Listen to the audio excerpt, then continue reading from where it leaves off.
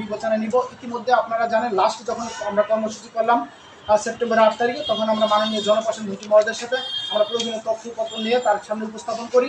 তখন আমাদের যে শাহবাগ থানার ওসি মহোদয় ছিলেন এবং আরও অন্যান্য লোকজন উপস্থিত ছিলেন, সাংবাদিক বৃন্দর উপস্থিত ছিলেন। তখন তিনি বলেছেন, দেখো বাবা, আমাদের সামনে নির্বাচন, জাতীয় একটা নির্বাচন, আমরা নমিনেশন পাবো কিনা বা আমরা নির্বাচন জয়লাভ করবো কিনা, আমরা এই বিষয়গুলো নিয়ে খুব তিক্ততার মধ্যে আসছি। তোমাদের বিষয়গুলো সরকার বিবেচনায় আছে। 2018 সালে নির্বাচন ইশতেহারে ছিল এবং বিষয়টি বিবেচনায় নেওয়া যায়।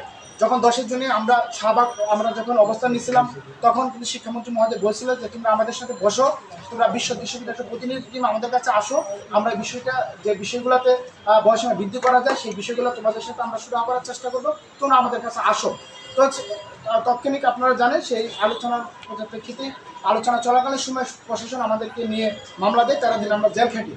আমরা 2024 সালে যখন 7 জানুয়ারি নির্বাচন হয়, দ্বাদশ জাতীয় সংসদ নির্বাচনের পূর্বে যখন আমরা এই সমস্ত অ্যাক্টিভিটিসগুলো করি, তখন আমরা নির্বাচনের পরবর্তীতে যখন পুনরায় বাংলাদেশ আওয়ামী লীগ সরকার সংখ্যাগরিষ্ঠতা নিয়ে তারা যখন সরকার গঠন করে, তখন আমাদের যে বর্তমান যে পূর্ণাঙ্গ মন্ত্রী তিনি ছিলেন প্রতিমন্ত্রী, জনপ্রশাসন মন্ত্রণালয়ের প্রতিমন্ত্রী ছিলেন, তিনি এখন পূর্ণাঙ্গ মন্ত্রী হয়েছেন। আমরা আর আশান্বিত হয়েছি যে তিনি যেন পুনরায় মন্ত্রী হয়েছেন এবং তাকে যেহেতু আমরা দাবিটি পূর্বে বাস্তবায়নের জন্য কথা বলেছি, আমরা আশান্বিত হয়েছি এই জন্যই যে আমরা এবার দাবিটি বাস্তবায়ন করবেন তারা। এর ধারাবাহিকতায় আমরা জানুয়ারির শেষ দিক থেকে আমরা এবার কৌশল অবলম্বন করেছি। কৌশলরাশীল চাকরিতে আবেদনের বয়স বৃদ্ধির ব্যাপারে আমরা অতীতে যখন কোনো মন্ত্রীর কাছে গেছি, আমলার কাছে গেছি, কোনো নেতার কাছে গেছি, প্রত্যেকে আশ্বস্ত করেছে, হ্যাঁ ভাই তোমাদের বিষয়টা আমরা দেখবো, আগামীতে আমরা মন্ত্রী পরিষদ উঠাবো, আগামীতে ক্যাবিনেট উঠাবো, আগামীতে প্রধানমন্ত্রীর সাথে বলতেছি ইত্যাদি ইত্যাদি আমাদের সাথে কি করা হয়েছে, আশ্বস্ত করা হয়েছে। কিন্তু আমরা এবার বলছি না, এবার কোনো আশ্বাস নিব না। যতক্ষণ পর্যন্ত লিখিত সুপারিশ তারা না করবে ততক্ষণ পর্যন্ত আমরা আশ্বাসের বিশ্বাসী না। কারণ আমাদেরই একটা ব্যক্তি জীবন আছে, এই সমাজে আপনারও একটা ব্যক্তি জীবন আছে, একটা বিষয় নিয়ে কতদিন রাজপথে করে দেখা যায়। তখন আমরা কৌশল অবলম্বন করি, কৌশল অবলম্বন একটা ফরম্যাট করি যে আপনারা যে আমাদের এই যে সন্তানগুলা, যে আপনারা মনে করেন যে একটা জাতীয় সংসদ সদস্যের যা হয়, মনে করেন আমি আমার সংসদ সদস্যদের কাছে গেছি, আমি বলেছি দেখেন আমরা আপনার কাছে চাকরি চেতে যাচ্ছি না, আপনার চাকরি দেওয়ার সেই এবিলিটিও নেই, কিন্তু আমরা যে আপনার এলাকার একজন ভোটার এবং বাংলাদেশের একজন নাগরিক এবং অনার্স মাস্টার্স পাস করা একজন শিক্ষিত যুবক, আপনারও একটা দায়বদ্ধতা আছে একজন অভিভাবক হিসেবে, আপনি একজন জনপ্রতিনিধি, তাহলে আপনার করণীয় কি? তাহলে আপনার করণীয় আমরা যে এই চাকরিতে প্রবেশের বয়সীমাটি স্থায়ীভাবে যদি বৃদ্ধি করা হয়, আমরা আমাদের যোগ্যতা দিয়ে চাকরি নিতে চাচ্ছি এবং আমরা বয়স বাড়ার বিষয়টা না, আমরা হলো যোগ্যতাটাকে সম্পূর্ণ করে চাকরি নিতে চাই। সুতরাং আপনি আমাদের এই বিষয়টিকে নীতিগত সমর্থন করবেন এবং জোর সুপারিশ করবেন। কিভাবে? সংশ্লিষ্ট কর্তৃপক্ষের দৃষ্টি আকর্ষণ করে। তাই আমরা ইনশাল্লাহ ইতিমধ্যে বাংলাদেশের জাতীয় সংসদ সদস্য 35 জন জাতীয় সংসদ সদস্যর আমরা নীতিগত জোর সুপারিশ আমরা ইতিমধ্যে সংগ্রহ করেছি, বিষয়গুলো আপনাদেরকে দেখাচ্ছি। এই যে দেখুন একটা নমুনা দেখাচ্ছে আপনাদের নীতিগত সমর্থন ও জোর সুপারিশ প্রসঙ্গে। মূল প্রেক্ষাপট হলো যে উক্ত দাবিটি বাস্তবায়নের লক্ষ্যে সংশ্লিষ্ট মন্ত্রণালয়ের দৃষ্টি আকর্ষণ করে আপনার নীতিগত সমর্থন ও সুপারিশ কি করছি, কামনা করছি। তাহলে কি হলো, আমরা এই সংশ্লিষ্ট মন্ত্রণালয়কে জনপ্রশাসন মন্ত্রণালয়, তাহলে আমরা বিষয়টা আমরা উল্লেখ করে দিছি যে আমাদের এই বিষয়টি প্রয়োজন। ইতিমধ্যে আমাদের বাংলাদেশের জাতীয় সংসদে প্রায় 35 জন সংসদ সদস্য আমাদের নীতিগত সমর্থন করেছে। অত্যন্ত আশার হলো।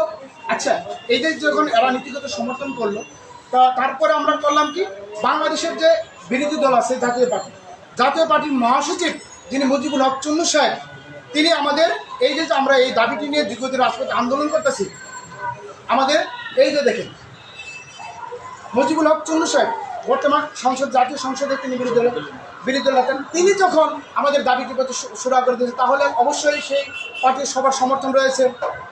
এরপরে বাংলাদেশের আওয়ামী লীগের 2 জন সাংগঠনিক সম্পাদক বর্তমান এমপি, তারাও আমাদেরকে এই যে আহমদ হোসেন রানিং, তারপরে আপনারা দেখতে পাচ্ছেন যে এই যে প্রথমে দেখেন এই যে মির্জা আজম সংগঠন আহমদ, তারাও আমাদের নীতিগত সমর্থন করেছেন।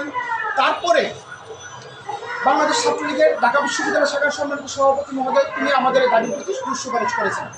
তারপরে বাংলাদেশের সুপ্রিম কোর্টের সম্মানিত সাধারণ সম্পাদক, তিনি সুপারিশ করেছেন। ঢাকা বিশ্ববিদ্যালয় শিক্ষক সমিতির সভাপতি মহোদয় এবং জাতীয় প্রেস ক্লাব, আপনাদের যে আস্থার জায়গা জাতীয় প্রেস ক্লাবের সম্মানিত সাধারণ সম্পাদক শ্যামল দত্ত, তিনি আমাদের জাতির প্রতি এই যে আমাদের দাবির প্রতি সুপারিশ করেছেন। এভাবে মুক্তিযোদ্ধার সন্তান কমার থেকে আরম্ভ করে সমাজের যত বিবেকবান সকল পেশাজীবী সংগঠন, যত ছাত্র সংগঠন আছে, প্রত্যেকে দাবিটি সমর্থন করেছেন। এখন প্রশ্ন হলো, আপনি প্রশ্ন করেছেন যে মাননীয় শিক্ষামন্ত্রী মহোদয় একটা ডিও লেটার দিছে, তারপরে আপনারা সুখ চলেছেন। আমি এটার পক্ষে নয়, এই জন্যে এই যে কাজগুলো করলাম, করার পরে কি হলো, তখন সংশ্লিষ্ট পক্ষের কাছে যেতে হবে। আমরা এই দাবি সহ ইতিমধ্যে আপনারা দেখবেন রিসিভ কপি জনপ্রশাসন মন্ত্রণালয় বরাবর আমরা কি করলাম, এই দাবিটি উপস্থাপন করলাম। করার পরে আমরা একটা সচিব মহোদয়ের উপস্থাপন করেছি। করার পরে আমাদের আমার প্রশ্নটা আরেকটু স্পেসিফিক করে দিন। আপনারা যদি এটা বাস্তবায়ন না হয় 25 বছর, আপনারা কি কোনো আলটিমেটাম দিবেন কি সেটা আমাকে একটু ক্লিয়ার করে দিন। আচ্ছা, তারপরে এটা করার পরে আমরা মন্ত্রী মহোদয়ের কাছে গেলাম। মাননীয় শিক্ষামন্ত্রী মহোদয়, তিনি শিক্ষার্থীদের অভিভাবক হিসেবে আমরা বললাম যে মাননীয় মন্ত্রী মহোদয়, আমরা এই চাকরির আবেদনের বয়সীমার বিষয়টি দীর্ঘদিন ধরে রাজপথে আন্দোলন লড়াই সংগ্রাম চালিয়ে যাচ্ছি। তরুণ সমাজ মনে করে আপনি এই দাবি বাস্তবায়নে অগ্রণী ভূমিকা পালন করতে পারবেন, আপনি আমাদের অভিভাবক, আপনি এই বিষয়টি দেখতে হবে। তিনি তাৎক্ষণিক আমাদের মিটিংয়ে আমাদের বলেন চাকরির আবেদনের বয়সীমাটি স্থায়ীভাবে বৃদ্ধির বিষয়টি নিয়ে তিনি সহমত পোষণ করেছেন। তিনি বলেছেন কোনো কোনো বিষয় উন্মুক্ত করার ক্ষেত্রে এবং এই দাবিটি বাস্তবায়ন করার লক্ষ্যে তিনি মাননীয় প্রধানমন্ত্রী মহোদয়ের সাথে কথা বলবেন। তিনি প্রাথমিকভাবে জনপ্রশাসন মন্ত্রণালয় বরাবর যুক্তিগত বাস্তবতার তথ্য তুলে ধরে একটা খসড়া প্রদান করেন আমাদের আলোচনার প্রেক্ষিতে, এবং সেই যে খসড়াটি তিনি উপস্থাপন করেন, সেই ডিও লেটারটি আমি মাননীয় মন্ত্রী মহোদয়ের কাছ থেকে রিসিভ করে আমি জনপ্রশাসন মন্ত্রণালয়ে করার অর্থাৎ যেহেতু চাকরিতে আবেদনের বয়সীমা স্থায়ীভাবে 25 করলে আমি একজন আহ্বায়ক, অত টোটাল সারা বাংলাদেশের শিক্ষার্থী ম্যান্ডেট যেহেতু আমাকে দিয়েছে, সেক্ষেত্রে অ্যাজ আন্দোলনের অংশ হিসেবে মাননীয় শিক্ষামন্ত্রী মহোদয়ের কাছ থেকে ডিও লেটারটি নিয়ে আমি হাতে গ্রহণ করে জনপ্রশাসন মন্ত্রণালয়ে গিয়ে আমরা তাদেরকে রিসিভ করাই এবং সংশ্লিষ্ট মন্ত্রণালয়ে আমরা এই কাজগুলো অব্যাহত রাখি। এখন আপনার প্রশ্ন হলো, যদি এই শিক্ষামন্ত্রী মহোদয়ের যে ডিও লেটারটি তিনি সম্মান দিয়েছেন তার কলিগকে তিনি যদি রক্ষা না করেন, আমরা চাকরির আবেদনের বয়সীমা 25 পাত্র শিক্ষার্থী সমানের বয়সী আজকে যে সংবাদ সম্মেলনে দেখেছি, আপনারা ইতিমধ্যে দেখেছেন আমরা একটা আলটিমেটাম সংবাদ সম্মেলন দেখেছি। আগামী 11 তারিখে আমাদের একটা চূড়ান্ত শিক্ষার্থী সমাগম আছে। সেই শিক্ষার্থী সমাগম আরও 3 মাস আগে থেকে আমরা এই কর্মসূচিটি ঘোষণা করেছি। কর্মসূচি ঘোষণা করার পরপরই আমরা এই দাবিটি বাস্তবায়ন করার লক্ষ্যে আমরা কূটনীতিকভাবে অনলাইনে অফলাইনে সমাজের পেশাজীবী সকলকে পাশে নিয়ে আমরা আগামী 11 তারিখ পর্যন্ত আমরা অপেক্ষা করব। এর ভিতরে যদি মাননীয় জনপ্রশাসন মন্ত্রী মহোদয় আমাদের দাবির বিষয়টি অর্থাৎ মাননীয় শিক্ষামন্ত্রী মহোদয় অর্থাৎ তারই একজন সহকলিগের প্রতি সম্মান প্রদর্শন করে এবং তার কলিগ শিক্ষামন্ত্রী মহোদয় যেহেতু তিনি লিখেছেন শ্রদ্ধেয় সহকর্মী, তাকে যেহেতু শ্রদ্ধা সমাজের শ্রদ্ধান্ত একটি পত্র দিয়েছেন, সেই পত্র থেকে তিনি আশা করি আমাদের এই তরুণ সমাজের শিক্ষার্থীদের মুখের দিকে তাকিয়ে মাননীয় শিক্ষামন্ত্রী মহোদয়ের যে ডিও লেটারটি দিয়েছে তার প্রতি সম্মান প্রদর্শন করে তিনি দ্রুত সময়ের ভিতরে শিক্ষার্থীদেরকে গেজেট প্রকাশ করার মাধ্যমে আমাদের পড়াটিগুলো ফিরিয়ে নিয়ে যাবে। অন্যথায় আগামী 11 মে আমরা সারা বাংলাদেশ থেকে তরুণ শিক্ষার্থীরা উজ্জীবিত হয়েছে, তারা এই পর্যায়ে আশান্বিত হয়েছে, তারা আশা প্রকাশ করছে যে এইবার দাবিটি বাস্তবায়ন হবে সারা বাংলাদেশ।